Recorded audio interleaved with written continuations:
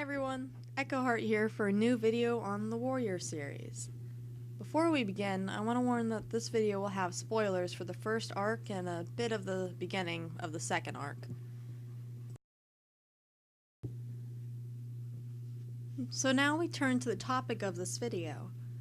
What if Rusty never became Firepaw? I decided only do the first arc because the chaos the single arc creates on its own, it pretty much makes it impossible to map out anything in the future besides the two legs coming in the second arc. When the arc begins in Into the Wild, Spotleaf and Bluestar are seen talking in the camp after a battle. After Bluestar mentions her fears for the future seasons of her clan, Spotleaf receives an omen from StarClan. Fire will save our clan, which is later revealed to be a kitty pet named Rusty. But if Bluestar never saw Rusty's pelt or he didn't join the clan, she would still be looking for a sign, possibly misinterpreting what it meant, or would have given up on StarClan earlier in the arc. Soon after Rusty is named Firepaw in the book, Ravenpaw runs into camp after seeing Redtail's murder by Tigerclaw. Tigerclaw knew what he had seen, so the lie he had told his clan that he had avenged Redtail's death by killing Echoheart would be easily exposed by the apprentice. So he began to hint that he was a traitor, endangering the young cat's life. Because of this, Ravenpaw would have easily been killed or exiled if Firepaw wasn't there to save him by sneaking him into Barley's barn. Since he was the only one who had known the truth, Tigerclaw would have easily become deputy afterward, with no one to oppose him. Later on in the book, we meet the exiled Shadow Clan medicine cat named Yellowfang when Firepaw finds her in ThunderClan territory. Bluestar was leading a patrol with Tigerclaw, Darkstripe, Willowpelt, and Greypaw when they came upon the two of them. But if Firepaw wasn't there, Tigerclaw would probably have been the one to attack her, most likely given her worse wounds than she would have had with Firepaw. Or if she was lucky, wouldn't have been spotted at all. In either of those cases, ThunderClan wouldn't have had a medicine cat after Spotleaf. If Yellowfang was brought to ThunderClan by the patrol, Firepaw wouldn't have been able to be there during the killing of Spotleaf or when the kits were stolen. Since Firepaw was with her the most, he was the only one to have been able to track her by scent to prove her innocence. Even if she had been able to return the kids to ThunderClan, she would have easily been exiled anyway from not having anyone to be able to speak on her behalf. Although the two kits, later known as Brackenpaw and Cinderpaw, would both become warriors, I don't believe Cinderpaw would have been injured since it was only Fireheart who knew where the catman was. If he wasn't there, Cinderpaw would have gone with her mentor to the Thunderpath to meet Tigerclaw. In another possibility, the stolen kits would have been lost forever due to Yellowfang and the Elders not having enough claw power to have saved them, because Firepaw was the one to convince the ThunderClan patrol to help them.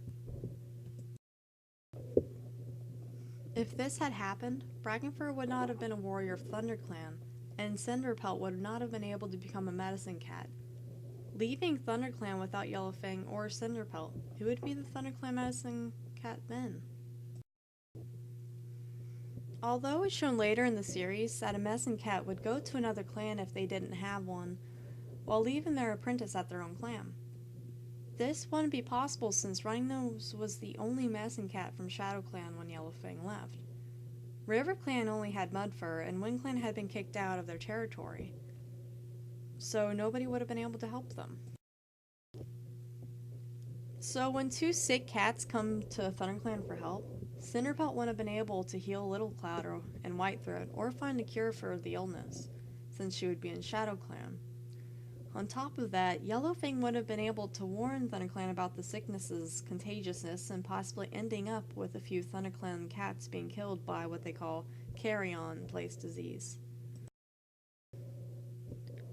A huge difference in the arc would be during Brokenstar and the Rogue's attack that would have enabled Tigerclaw to become leader of ThunderClan, no one knowing who had really killed Bluestar.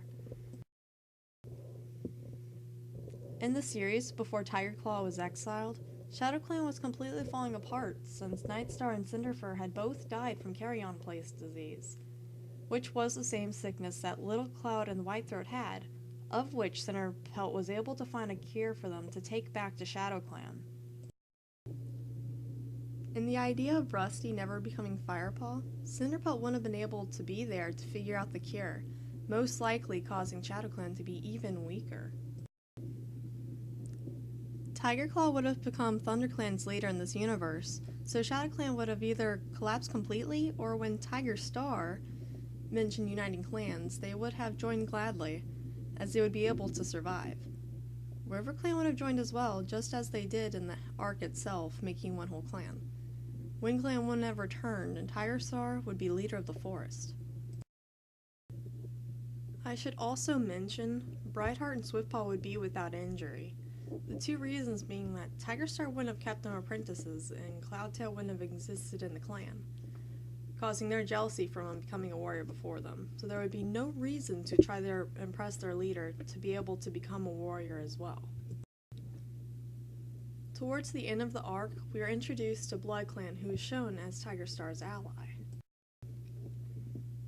Although I believe he brought BloodClan to the forest only to get the upper claw on the fight, but if he was already leader of a strong clan, with ShadowClan being weak and RiverClan's easy choice to join them, I don't think he would have needed or decided to. Even so, that doesn't mean BloodClan wouldn't have shown up. Scourge could have easily have received word of the large territory and might have started a war for the territory, causing one of two things. One of these things being, TigerClan would have been exiled, and BloodClan would be the rulers of the territory. But when Two Legs began destroying the forest, BloodClan cats could easily transition back to living on Two Leg Place streets. They had lived like that before, so it shouldn't be that hard for them to live there. The other possibility being, if TigerClan drives BloodClan away, I believe they would have kept moving farther from the Two Legs when they began tearing the forest down, not knowing how to survive around Two Leg Place. They would begin dying of starvation or getting poisoned from the tainted prey, as in the actual series. But the cats who survive would eventually be run out of the territory, ending the clans altogether. Well, there you have it. But please feel free to tell me if I've missed something. This arc has become very crazy with that one change, so it's a very big possibility that I could have forgotten or missed something, so please tell me if I did. So here are the questions for today, but make sure you ignore the trolls from TrollClan that lurk in the YouTube comments because they seem to like to show up. But please answer them, I want to hear what you have to say. Yeah, nice job, Tigerclaw!